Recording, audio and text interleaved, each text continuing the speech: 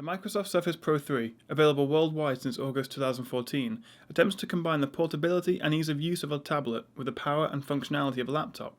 In other words, content consumption and content creation. It's an idealistic product that aims to bring the futuristic concept of a combined personal and professional device to reality. A product where you can play games and watch Netflix on the sofa or in bed, and at the same time have the horsepower to drive multiple monitors and intensive applications at the office. Does it succeed? Well, let's take a look. Microsoft has clearly taken on board the issues that plagued the first two Surface Pros. Pretty much everything has been improved over its predecessor. It features a bigger, higher res screen, and it is also significantly slimmer and lighter at 9.1mm thick and weighing 800 grams. The famous kickstand is now fully adjustable, no longer restricted to just two positions. The bezel has gone on a diet too, producing a screen-to-body ratio of 72.8%. That's even better than the iPad Air. Combined with superior build quality, this all translates to be a premium, more portable, and fundamentally more enjoyable device to use. The internal hardware ranges from a fairly basic but still competent Intel i3 with 4GB of RAM and 64GB of SSD storage, up to a powerful Intel i7 with 8GB of RAM and 512GB of SSD storage. With such high-end specs come a similarly high-end price tag, starting at £620, $770, and rising to an eye-watering £1,350 or $1,800. All models come pre-installed with 64-bit Windows 8.1 and offer the latest AC Wi-Fi, 5-megapixel front and rear cameras, a full-size USB 3 and mini DisplayPort, stereo speakers, and a microSD card reader, useful for expanding the internal storage or transferring files. The screen is a big, beautiful 12-inch 2160 by 1440 display, which calculates to 216 pixels per inch.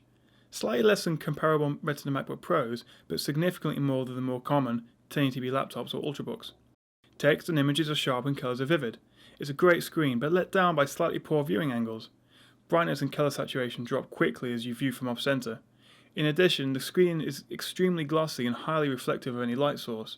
It became nearly unusable outside on a sunny day, and even indoor use, the glossy finish can become distracting. Interestingly, the display actually has an aspect ratio of 3:2. This is a significant change from the 16:9 of earlier Surface Pros and most laptops, and so it more closely resembles that of an iPad with its 4:3 aspect. This affords it a more squarish design. This can be good for web browsing, as with many websites you're not seeing lots of wasted space either side of the content which we get with 16:9, and it feels more magazine or book-like to hold, which is usually more comfortable when using it as a tablet.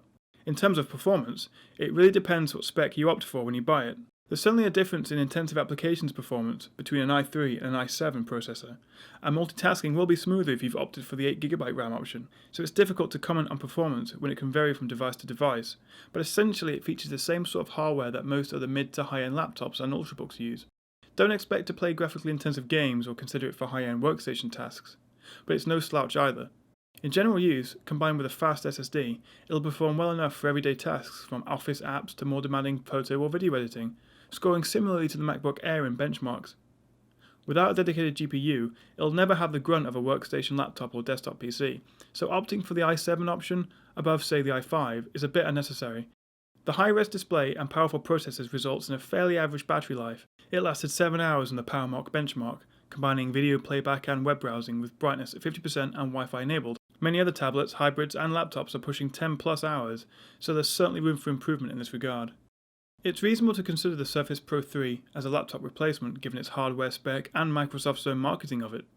So it's a shame that in order to fully realise this potential, you have to fork out a further £120 or $130 for the type cover keyboard attachment. Although expensive, it offers a multi-touch trackpad, albeit a bit too small, fully backlit keys, and does actually work quite well.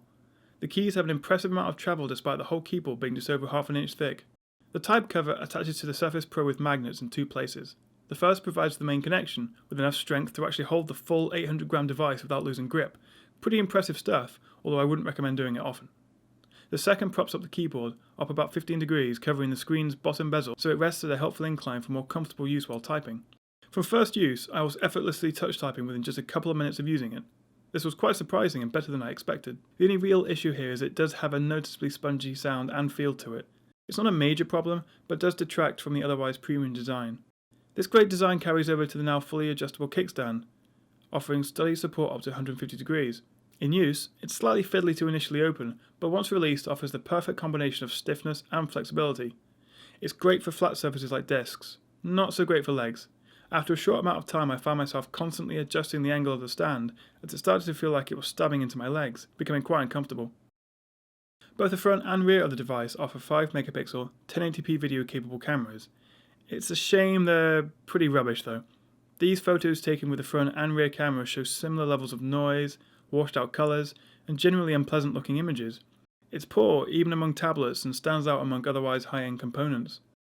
So far we've looked at the main features of the Surface Pro 3, but something we haven't yet considered is one of the most fundamental aspects of the device, the operating system.